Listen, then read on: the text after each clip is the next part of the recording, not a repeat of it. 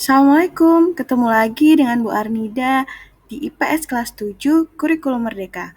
Hari ini kita akan membahas tentang aktivitas masyarakat di masa lalu, terutama kehidupan masyarakat pada masa kerajaan Hindu, Buddha, dan Islam. Yang pertama, kita akan membahas tentang aktivitas masyarakat di masa Hindu-Buddha, teori masuknya Hindu-Buddha di Nusantara, dan kerajaan-kerajaan Hindu-Buddha apa saja yang ada di Nusantara. Ada 4 teori masuknya Hindu-Buddha di Nusantara. Yang pertama, teori Brahmana. Penyebaran dilakukan melalui lingkungan istana kerajaan, melalui Brahmana atau tokoh yang dihormati. Yang kedua, teori Ksatria.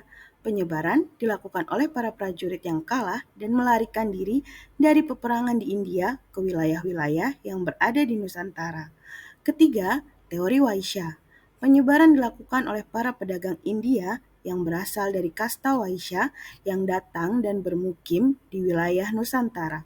Dan yang terakhir, teori Sudra. Penyebaran dilakukan oleh para kaum Sudra, rakyat jelata yang mengungsi ke wilayah Nusantara. Selanjutnya, kita akan membahas tentang kisah-kisah kerajaan Hindu-Buddha di Nusantara. Ada 4 kerajaan yang akan kita bahas. Yang pertama, Kerajaan Kutai. Kerajaan Hindu tertua yang menyebarkan pengaruh Hindu yang terletak di tepi Sungai Mahakam, Kalimantan. Yang kedua, Kerajaan Sriwijaya. Kerajaan bahari maritim bercorak Buddha yang berdiri di Pulau Sumatera pada abad ke-7 Masehi. Selanjutnya, ada Kerajaan Mataram kuno. Kerajaan Hindu-Buddha yang terletak di Jawa Tengah yang dipimpin oleh 2 generasi, yaitu Sanjaya dan Sailendra.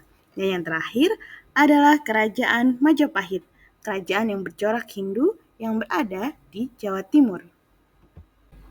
Kisah Kerajaan Kutai terletak di tepi Sungai Mahakam, Kalimantan Timur. Berdiri pada abad keempat dengan ditemukan bukti arkeologis berupa 7 buah prasasti berbentuk yupa. Raja pertama di Kerajaan Kutai bernama Kudungga, sedangkan Mula Warman adalah raja yang menjadikan Kerajaan Kutai di masa puncak keemasannya. Kerajaan Kutai hampir menguasai seluruh wilayah Kalimantan Timur. Masyarakatnya memenuhi kebutuhan sehari-hari dengan cara bertani di sawah atau ladang. Adapun dari mereka yang berternak dan berdagang. Kisah Kerajaan Sriwijaya. Kerajaan bahari maritim yang didirikan pada abad ke-7 di Pulau Sumatera. Awalnya berada di Muara Takus, Riau, kemudian berpindah di tepi Sungai Musi, Palembang. Salah satu sumber dan bukti tertulis Kerajaan Sriwijaya adalah prasasti Kedukan Bukit. Raja pertama yang memerintah hingga mencapai puncak kejayaan adalah Raja Balaputra Dewa. Kekuasaannya membentang dari Sumatera, Kamboja, Semenanjung Malaka, hingga Kalimantan. Masyarakat Sriwijaya bertumpu pada perdagangan internasional dan pertanian. Terdapat pelabuhan penting yang menopang sektor perekonomian di Pulau Bangka dan Jambi. Kisah Kerajaan Mataram kuno. Didirikan pada abad ke-8 di sekitar Prambanan, Klaten, Jawa Tengah. Sumber bukti tertulis adalah prasasti Canggal dan Kalasan. Aktivitas perdagangan menggunakan hari pasaran atau penanggalan Jawa. Raja pertama Kerajaan Mataram adalah Sana, kemudian digantikan oleh Raja Sanjaya. Di masa kepemimpinan Rakai Panangkaran, Kerajaan Mataram kuno dipimpin oleh generasi Sanjaya dan Sailendra. Ada 2 candi yang terkenal dari Kerajaan Mataram kuno, yaitu Candi Prambanan dan Candi Borobudur. Kisah Kerajaan Majapahit. Pusat Kerajaan Majapahit berada di daerah Trowulan, Mojokerto, Jawa Timur. Bukti sejarah adalah Gerbang Muringin Lawang yang merupakan candi bentar tertua di Indonesia. Raja pertama adalah Raden Wijaya. Kemudian Majapahit mencapai puncak kejayaan di masa Hayam Wuruk hingga mengalami kemunduran setelah peristiwa Perang Parekrek.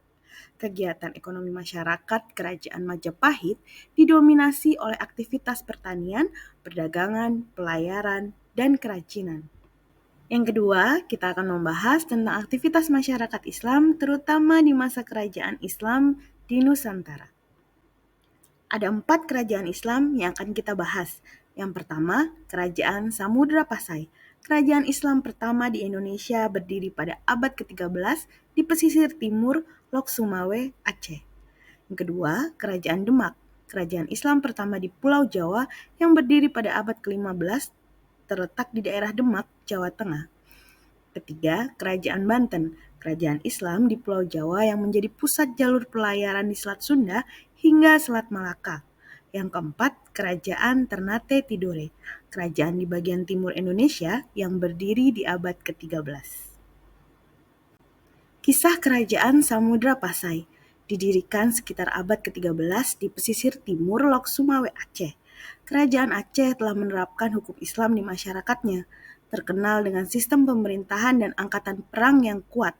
Raja pertama bernama Sultan Nazimuddin, kemudian mencapai puncak kejayaan di masa Sultan Malik As-Soleh, berkembang menjadi kerajaan maritim kuat hingga Selat Malaka.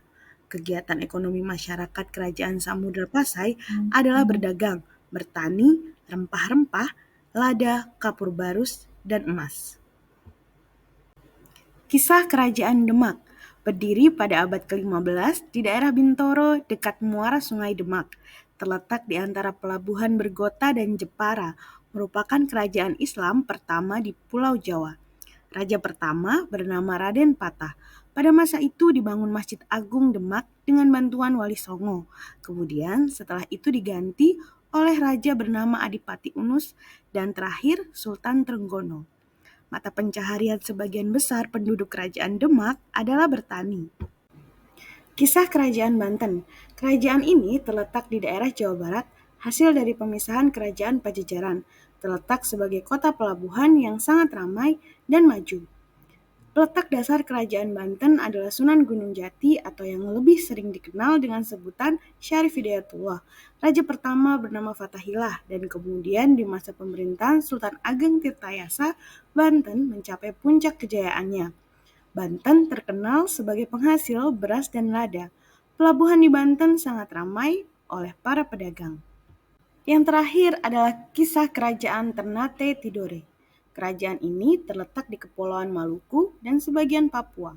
Berdiri di abad ke-13, ibu kota kerajaannya berada di Sampalu, Kepulauan Maluku bagian utara. Raja pertama bernama Baab Mansur Malamo. Kemudian, kedua kerajaan ini terpecah menjadi Uli 9 Tidore dan Uli 5 Ternate. Kerajaan ini merupakan pusat penghasil rempah-rempah dengan julukan The Spices Island. Mata pencaharian penduduknya bertani dan berdagang. Terima kasih telah mendengarkan Bu Arnida menjelaskan tentang kerajaan-kerajaan Hindu, Buddha, Islam di Nusantara. Sampai jumpa di pertemuan selanjutnya. Wassalamualaikum warahmatullahi wabarakatuh.